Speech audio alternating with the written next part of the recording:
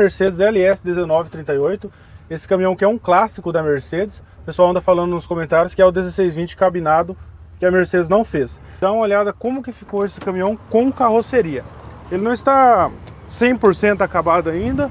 Nós vamos instalar os protetor lateral e fazer a parte elétrica da carroceria.